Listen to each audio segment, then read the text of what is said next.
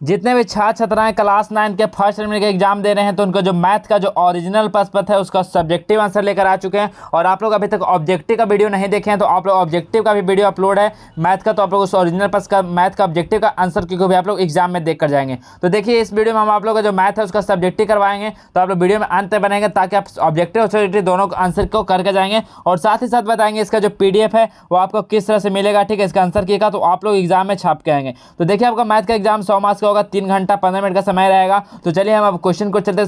खंड आ में आपका वस्तुनिष्ठ प्रश्न था जो आप लोगों को हम बता चुके हैं, तो आप लोग उस वीडियो को जरूर देख लेंगे, यही उम्मीद है मेरे से। तो चलिए हम चलते हैं खंड बा की ओर, जो कि आप लोग विषयनिष्ठ प्रश्न यानी गैर वस्तुनिष्ठ यानी सब्जेक्टिव प्रश्न खंड बा में देखने को मिलेगा। तो इसमें आप लोग क्या बोला, प्रश्न 1 से 24 तक लागू होते में से किसी 15 प्रश्नों का उत्तर देना है, प्रत्येक के लिए 2 अंक है, यानी 124 प्रश्न में से आप लोग को 15 प्रश्नों का उत्तर देना है। तो आप लोग यहाँ पे देख सकते हैं सभी प्रश्न आपको दिया गया है, ठीक है। तो आप लोग यही प्रश्न आपका जो फर्स्ट सेमेस्टर के एग्जाम आप लोग देने जाएंगे तो मैथ का जो आप लोग एग्जाम देंगे तो यही प्रश्न आपको वहाँ पे भी देखने को मिलेगा और इसी का आंसर हम लेकर आए हैं। इसके बाद देखेंगे कि अगला निर्देश क्या देखेंगे, 25 से 30 तक दीर्घोत्तरीय इनमें से किन्हीं 4 प्रश्नों का उत्तर देना है, यानी 6 गो यहाँ पे दीर्घोत्तरीय प्रश्न में जिसमें से आप लोग बोला 4 प्रश्नों का उत्तर देना है जो कि 5-5 मार्क्स का है, यानी 20 मार्क्स का आपका दीर्घोत्तरीय प्रश्न हो जाएगा। तो इसका भी आंसर यहाँ पे लेकर आए हैं। तो चलिए देख सकते हैं आप लोग क्लास 9 मैथ फर्स्ट एग्जाम का यहाँ पे 15 प्रश्नों का उत्तर लेकर आए हैं 124 तक के बीच में। पहला प्रश्न क्या था, 1/3 और 1/3 और 2/3 के बीच 2 परमेय संख्या ज्ञात करना था। तो चलिए हम 2 परमेय संख्या ज्ञात करेंगे 1/3 और 2/3 के बीच। तो 1/3 के बीच क्या लिखेंगे, 1/3 हम लोग 4 से गुना 4 से भाग करा देंगे तो कितना हो जाएगा, 4/12 हो जाएगा। इसी प्रकार 2/3 को हम लोग 4 से गुना 4 से भाग कराएंगे तो 8 कितना हो जाएगा, 12 हो जाएगा। तो 4/12 तथा 8/12 के बीच 2 परमेय संख्या होगा, क्या होगा, 5 होगा और एक 6 होगा, ठीक है। ये 2 हो जाएगा, 7 क्या है, एक परमेय संख्या हो जाएगा तो ये 7 नहीं होगा, तो 5 और 6/12 हो जाएगा। तो यही क्या हो जाएगा, 2 परमेय संख्या। तो आप लोग इतना निकाल देना, आपका 2 मार्क्स मिल जाएगा। अगला प्रश्न क्या है, अगला प्रश्न का यहाँ पे आंसर लिखा गया कि यदि एक सीधी रेखाओं पर गिरकर अपने ही और 2 अंतःकोण इस प्रकार बनाए कि इन दोनों कोणों का योग मिलकर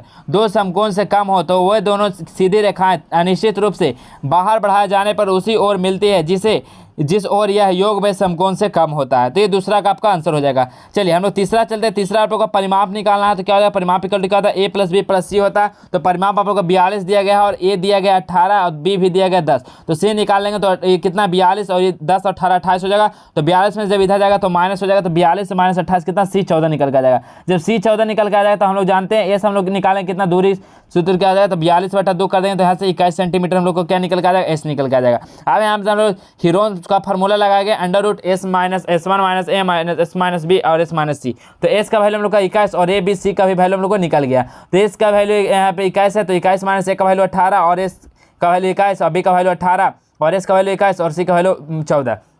तो कर लेंगे। तो 21 यहाँ पे 21 में से जब 18 जाएगा तो 3 और 21 में से 10 जाएगा तो 11 और 21 में से 14 जाएगा तो 7। अब इसको हम लोग गुना करेंगे तो देखिए यहाँ पे हम लोग क्या हो जाएगा, गुना कराएंगे तो यहाँ से देखिए 7 और 7 ये 21, यानी इसमें भी 7 और 3 बनेगा तो 2 3 2 7, यानी दोनों बाहर आ जाएगा तो अंदर रूट में अंदर 11 बचेगा, यानी 7 या 21 √11 ऑप्शन इसका बिल्कुल इसका सही आंसर हो जाएगा। चलिए अगला प्रश्न क्या है, यदि Px दिया गया है, Px क्या है, x² - 4x + 4 का एक जो है RZ दिया गया है 7x³ - 3z² + 5z और +4, तो P0 और R0 का मान ज्ञात करना। तो पहला में हम लोग क्या 0 रखेंगे इस इक्वेशन में तो इसका मान कितना हो जाएगा, इसमें जब 0 रखेंगे तो इसका मान कितना होगा। तो दोनों इक्वेशन को हम लोग लिख लेंगे। यहाँ पे देखिए जब 0 रखते हैं तो ये जहाँ x है वहाँ हम लोग 0 रखेंगे, तो जहाँ 0 रखेंगे तो इसका वैल्यू 4 है। इसी के बाद हम लोग इसका बराबर करेंगे, इसका वैल्यू हम लोग जो रखते हैं इसका वैल्यू 0 रखेंगे, जहाँ x है तो हाँ 0 रखेंगे तो इसका वैल्यू क्या हो जाएगा, 4 आ जाएगा, यानी कि दोनों इक्वल है। तो यहाँ पे हम लोग लिख देंगे, आता है P0 = R0 के बीच है। तो इसका बिल्कुल इस प्रकार आंसर को आप लोग लिख देना है।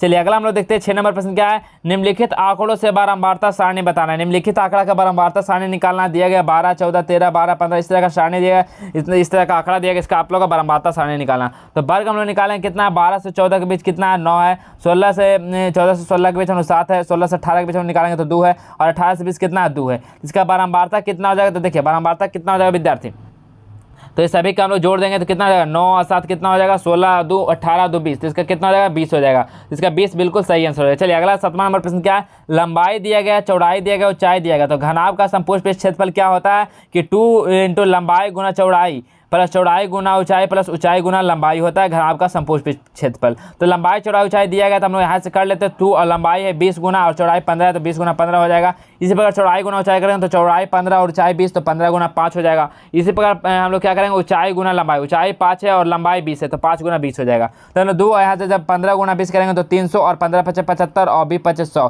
सभी को जोड़ेंगे तो कितना हो जाएगा 475। तो 2 गुना 475 करेंगे तो 950। इसका क्या हो जाएगा घनाभ का समपूर्ण क्षेत्रफल आ जाएगा। यही आपका 7वां का आंसर हो जाएगा। चलिए 8वां नंबर प्रश्न हम लोग देखेंगे।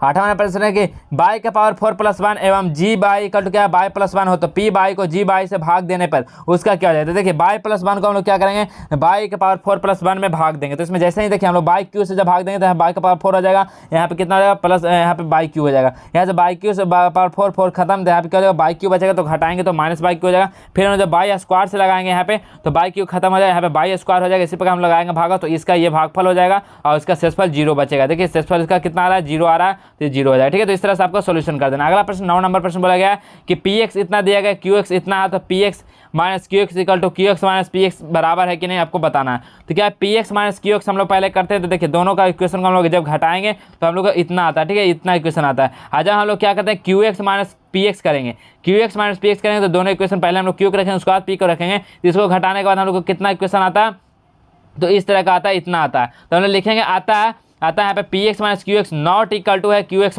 - px का, तो आता है ये दोनों बराबर नहीं है। तो इस तरह का आपको आंसर करके आना है। अगला हम लोग चलते हैं 10वां नंबर प्रश्न क्या है कि जांच कीजिए कि 0 और 2 बहुपद x² - 2x के शून्य का। आप लोग जांच करना है कि 0 और 2 क्या है बहुपद x² - 2x के शून्य का है। तो किस तरह से जांच करेंगे तो x² - 2x इक्वेशन लिखेंगे, इसमें पहले 0 हम लोग रखेंगे तो 0 आ रहा है। इसी पर हम लोग एक बार 2 रखेंगे तो इसका भी 0 आ रहा था। तो ये 0 और 2 क्या है बहुपद के शून्यक होंगे तो ये आपका सोल्यूशन हो जाएगा।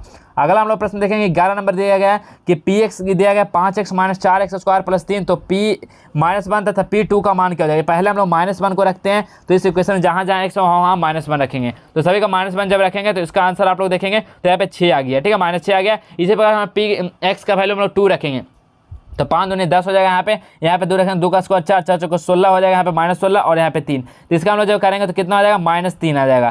ठीक है, तो -3 तो इसी तरह का आपको आंसर करके आना। अगला 13 नंबर प्रश्न कि 7 घात वाले द्विघाती बहुपद को कोई 2 उदाहरण दे। ठीक है, 7 घात वाले द्विपदी बहुपद को उदाहरण तो 7 घात तो क्या हो जाएगा x के पावर 7 - 5x हो जाएगा।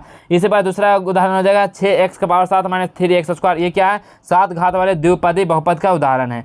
अगला 14 नंबर प्रश्न क्या है अभिघृत भुजा माइनस भुजा यानी कि अभिघृत जो होता है भुजा माइनस भुजा जो होता है तो के बारे में आपको लिखना है। तो यदि एक त्रिभुज के तीनों भुजाएं दूसरे त्रिभुज के तीनों संगत भुजाओं के बराबर हो तो दोनों त्रिभुज क्या होगा सर्वसांग होगा।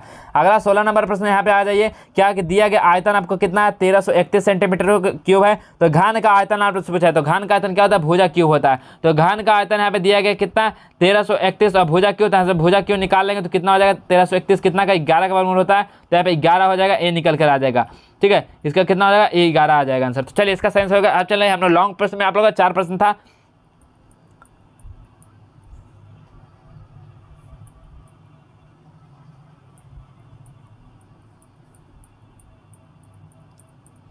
तो देखिए यहाँ पे अब लॉन्ग प्रश्न की ओर हम लोग आ जाएंगे। तो देखिए 18 नंबर प्रश्न क्या है क्या बोलो माना कि भुजाओं का अनुपात कितना है। ठीक है, माना कि भुजाओं का अनुपात x है तो a कितना आ जाएगा तो 5x, b कितना आ जाएगा 12x और c हो जाएगा 13x। तो परिमाप 450 दिया गया तो प्रश्न हम लोग चलेंगे तो परिमाप दिया गया तो परिमाप क्या होता है a + b + c = जितना दिया गया तो परिमाप 450 दिया गया। तो a 5x है और b कितना 12x और c है 13x और इक्वल टू 450। जब सभी को हम लोग ऐड करेंगे तो 12 दूनी कितना आ जाएगा बताइए कितना हो जाएगा बाबू। तो यहाँ से कितना हो जाएगा 12 और यहाँ पे 13 कितना हो जाएगा तो 12 और 13 25 और 5 कितना हो जाएगा 30। जब 30x को हम लोग 450 डिवाइड करें तो x इक्वल हम लोग को 15 आ जाएगा। जब x 15 आ जाएगा तो हम लोग जो 5x था उसमें x का वैल्यू रखेंगे, b भी था 12x में उसमें x का वैल्यू रखेंगे, c कितना था 13x उसमें वैल्यू रखेंगे। उसमें वैल्यू रखेंगे तो a b c का वैल्यू हम लोग को निकल के आ जाएगा। जब a और c का वैल्यू निकल के आ जाता है तो हम लोग s का वैल्यू निकालेंगे, तीनों को जोड़कर 2 से भाग दे देंगे तो s का वैल्यू आ जाएगा। उसके बाद हम लोग हीरोन सूत्र लगाएंगे क्या होता है √s - a × s - b × s - c होता है। इसका हीरोन सूत्र का फॉर्मूला लगा के इसका हम लोग निकाल लेंगे वैल्यू तो कितना आ जाएगा 1350 √5 और इसका सही आंसर हो जाएगा। चलिए अगला प्रश्न 20 नंबर क्या है दिया गया एंगल x + एंगल y 180 है। तो एंगल x बटा एंगल y 4/5 है तो एंगल x क्या हो जाएगा 4/5 4/5 एंगल बाई हो जाएगा, इसको इक्वेशन 2 बोल दिए। तो 4/5 angle by plus angle by equal to क्या हो जाएगा 180 डिग्री हो जाएगा। तो यहाँ से 5 हम लोग कर लेंगे तो कितना हो जाएगा, बाई बाई कितना हो जाएगा, ऊपर 5/5 हो जाएगा, एंगल बाई 180 डिग्री हो जाएगा। तो ऐसे हम लोग जब निकालेंगे बाई एंगल तो कितना हो जाएगा, यहाँ से 100 डिग्री हो जाएगा। ठीक है, 100 डिग्री एंगल एक्स भी निकालेंगे तो इतना आ जाएगा। तो इसका दोनों को लिख दें 80 = r, तो इतना तो चलिए अगला प्रश्न क्या है, लॉन्ग टाइप का क्वेश्चन 25 नंबर में है। 25 नंबर देखिए, लॉन्ग टाइप का क्वेश्चन दिया गया है कि यहाँ पे दिया गया है कि जो एंगल कितना दिया है बाबू, यहाँ पे 1 और 2 एकांतर अंतर कोण से आप लोग को इसका निकालना है। तो इसका पीडीएफ हम आप लोग देंगे तो वहाँ से सभी कुछ चीज़ों को आप लोग देख पाएंगे। ठीक है, तो इसी तरह का आपका जो क्वेश्चन आपका दिया गया है एग्जाम में, तो आप लोग देख सकते हैं ये सभी लॉन्ग टाइप का क्वेश्चन है। वास्तविक संख्या √5 को निरूपित करता है, उसको बतलाना है। अगला 30 नंबर प्रश्न आपको सॉल्व करना है को।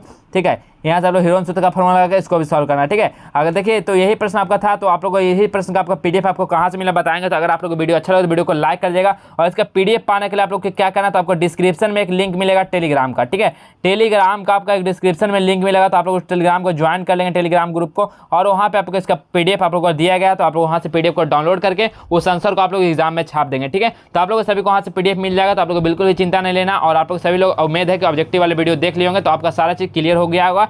तो आप लोग जितने भी क्लास 9 के छात्र हैं सभी के पास वीडियो को शेयर करेगा, ताकि एग्जाम में वो भी धुआं करके आए। ठीक है, तो चलिए आज की वीडियो बस हम इतना ही देते हैं, मिलेंगे नेक्स्ट और नए वीडियो में, तब तक के लिए इतना ही। जय हिंद, वंदे मातरम।